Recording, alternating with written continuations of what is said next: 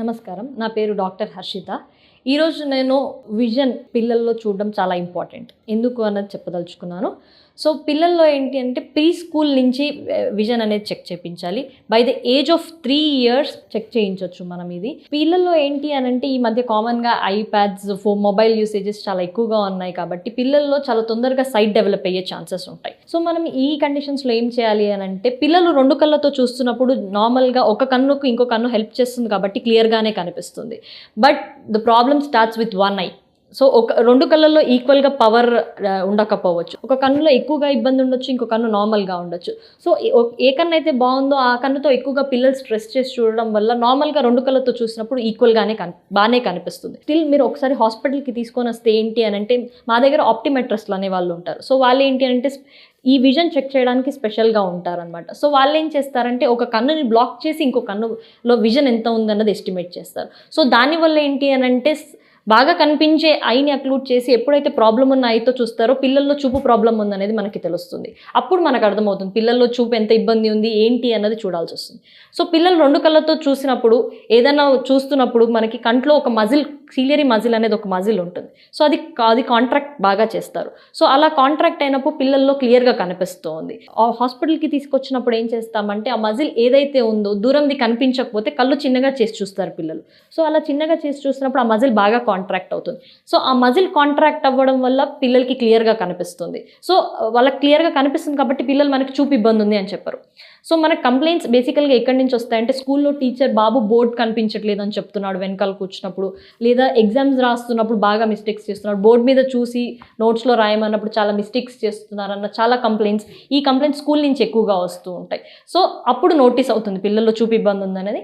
అప్పుడు డాక్టర్ దగ్గరికి తీసుకొని వస్తారు. సో అప్పుడేమన్నా చూపు ఇబ్బంది ఉంది అన్న తెలిస్తే మనం సైక్లోప్లీజిక్ డ్రాప్స్ అంటాం. సో అవేంటి అని అంటే మజిల్ కాంట్రాక్షన్ ఏదైతే హెల్ప్ చేస్తుందో దూరంది చూడడానికి ఆ మజిల్ని రిలాక్స్ చేస్తాం. సో ఆ మజిల్ని రిలాక్స్ చేసి పిల్లల్లో చూపు ఇబ్బంది ఎంత ఉంది అన్నది ఒకసారి రీడింగ్ తీసుకుంటాము మళ్ళీ మనం. సో రెటినా చెకప్ ఇవన్నీ చేస్తాము. సో ఇవన్నీ చేశాక ఏంటి అని అంటే ఈ సైక్లోప్లీజిక్ డ్రాప్స్ వేయడం వల్ల పిల్లలకి 3 రోజులు చూపు మసగ్గా ఉంటుంది. పేరెంట్స్కి ముందే చెప్తాము ఇలా 3 రోజులు మసగ్గా ఉంటుంది, కొంచెం దగ్గర చూపు మసక్ అవుతూ ఉంటుంది, ఇవన్నీ చెప్తాము. అండ్ మళ్ళీ 3 days తర్వాత మళ్ళీ పేరెంట్స్ కిడ్స్ని తీసుకొని రావాలి హాస్పిటల్కి. సో కిడ్స్ని తీసుకొని వచ్చినప్పుడు మనం డ్రాప్స్ వేయక ముందు పవర్, వేసిన తర్వాత పవర్, 2 వేరియేషన్ ఏదైతే ఉందో 2 పెట్టి చూసి పిల్లలు ఏది బెటర్గా యాక్సెప్ట్ చేస్తున్నారు అన్నది మనం ప్రిస్క్రైబ్ చేస్తాము.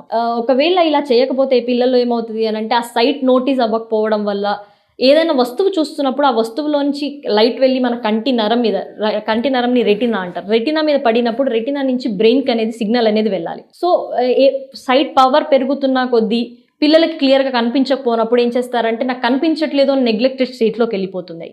సో అప్పుడు ఏంటి అని అంటే ఆ రేజ్ అనేవి రెటినా మీద పడుతున్నాయి కానీ బికాజ్ వీఆర్ నెగ్లెక్టింగ్ ఇట్, అక్కడి నుంచి మెసేజ్ అనేది బ్రెయిన్కి వెళ్ళదు కాబట్టి పిల్లలకి కనిపిస్తున్నా కానీ వాళ్ళు చదవలేరు. సో పిల్లల్లో ఇప్పుడు ఈ డిఫెక్ట్ ఉన్న సైట్ని కరెక్షన్ చేయకపోతే పిల్లలు ఆంబ్లియోపియాలో ల్యాండ్ అవుతారు. ఆంబ్లియోపియా అంటే ఏంటి అని అంటే ఎంత పవర్ ఇంక్రీజ్ చేసినా కానీ చివరి లైన్ వరకు క్లియర్గా చదవలేకపోవడం, దీన్ని ఆంబ్లియోపియా అంటారు. దీనివల్ల కొన్నిసార్లు కన్ను లేజీగా కూడా తయారవ్వచ్చు. దానివల్ల ఏంటంటే డీవియేషన్స్ వస్తాయి, స్క్వింట్, మెల్ల కన్ను అంటాం కదా, అది కూడా వచ్చే అవకాశం ఉంటుంది. ఈ పిల్లలు కొంచెం ఏజ్ పెరుగుతున్న కొద్దీ కొంచెం జాగ్రత్తగా చూసుకుంటూ ఉండాలి అండ్ ఫ్రీక్వెంట్ ఫాలోఅప్స్ అవసరం పడుతుంది. సో 6 months to 12 monthsలో రెగ్యులర్ విజిట్ ఉండాలి డాక్టర్కి. అండ్ ఒకవేళ సైట్ మోర్ దెన్ 0.5 కంటే పెరుగుతుంది ఇయర్లీ ఆర్ 6 months అని అంటే ఆ కండిషన్ ప్రోగ్రెసివ్ ఉన్నట్టు. సో అట్లాంటి కండిషన్స్లో ఏంటి అని అంటే ఇప్పుడు recent advances after many clinical studies drops వచ్చాయి. సో డ్రాప్స్ యూస్ చేయడం వల్ల కొంచెం ఆ ప్రోగ్రెషన్ని తగ్గించే ఛాన్సెస్ ఉంటాయి. సో గ్లాసెస్ ప్రిస్క్రైబ్ చేస్తాము కిడ్స్కి. కిడ్స్ రెగ్యులర్గా గ్లాసెస్ పెట్టుకుంటూ ఉండాలి అండ్ స్కూల్లో టీచర్స్ని కూడా మనం ఇన్స్ట్రక్ట్ చేయాలి సో దట్ కిడ్స్ రెగ్యులర్గా గ్లాసెస్ పెట్టుకుంటున్నారా లేదా అన్నది మానిటరింగ్ చేయడం కోసం. ఒకవేళ కిడ్స్కి గ్లాసెస్ పెట్టుకోవడం అట్లా ఇష్టం లేదు అని అంటే సైట్ స్టెబిలైజ్ అయ్యే వరకు, లైక్ ఐబాల్ గ్రోత్ ఎప్పటి వరకు ఉంటే అప్పటి వరకు మనకు సైట్ పెరిగే ఛాన్సెస్ ఉంటాయి. So till the age of 18 to 21 years మన ఐబాల్ గ్రోత్ ఉంటుంది కాబట్టి ఆ ఏజ్ వరకు సైట్ పెరిగే ఛాన్సెస్ ఉంటాయి. సో 18 to 21 years వచ్చాక సైట్ కాన్స్టెంట్గా అవుతుంది కాబట్టి ఒక 6 months to 1 year పవర్ కాన్స్టెంట్గా ఉంది అని అంటే వాళ్ళు అప్పుడు రిఫ్రాక్టివ్ ప్రొసీజర్స్ లైక్ లేజిక్, పియాకేస్ ఇట్లాంటి వాటికి ఎలిజిబుల్ అవుతారు. ఈ సర్జరీస్ చేయించుకోవచ్చు. So we at American Laser Hospitals have wide varieties of refractive surgeries available. So from age 18 to 21 years, whoever has the eyesight constant ఒక 0.25 to 0.75 వేరియేషన్లో ఎవరి సైట్ అయితే కాన్స్టెంట్గా ఉందో వాళ్ళు ఎలిజిబుల్ ఈ సర్జరీకి. కార్నియల్ టోపోగ్రఫీ అనే ఒక స్కాన్ చేసి మన కార్నియల్ స్ట్రెంగ్త్ అదంతా కర్వేచర్స్ ఎలా ఉన్నాయి, థిక్నెస్ ఎలా ఉంది చూసుకొని ఈ సర్జరీస్ పర్ఫామ్ చేయడం జరుగుతుంది. సో రెటినా చెకప్ కూడా చూసుకోవాలి. బికాస్ ఎందుకు అనంటే ఐబాల్ గ్రోత్ ఉన్నప్పుడే మనకు పవర్ పెరుగుతుంది కాబట్టి ఐబాల్ గ్రోత్ ఎలా ఉంది అన్నది చూసుకోవాలి. కొన్నిసార్లు మన తెల్లగుడ్డు పెరిగినంత లోపల కంటి నరం రెటినా లేయర్ అని ఉంటుంది, అది పెరగదు. సో పెరుగుతున్న తెల్లగుడ్డు ఏంటంటే ఈ రెటినాని లాగడానికి ట్రై చేస్తుంది. సో రెటినా రెసిస్టెంట్గా ఉంటుంది కాబట్టి అలా ఫోర్స్ పెట్టినప్పుడు రెటినాలో వీక్నెస్ ఏరియాస్ వచ్చే ఛాన్సెస్ ఉంటాయి. సో ఆ వీక్నెస్ ఏరియాస్ కొన్నిసార్లు డిటాచ్మెంట్స్ అయ్యే ఛాన్సెస్ ఉంటాయి రెటినాలో. సో అవన్నీ ఏమీ అవ్వకుండా ముందే రెటినా చెకప్ చేసుకొని రెటినా అంతా బాగుందా, లేకపోతే వీక్నెస్ ఏరియాస్ ఏమన్నా ఉంటే దానికి ఏమన్నా లేజర్స్ అవసరం పడతాయా చూసుకొని అప్పుడు రిఫ్రాక్టివ్ సర్జరీస్కి ప్రొసీడ్ అవుతాము.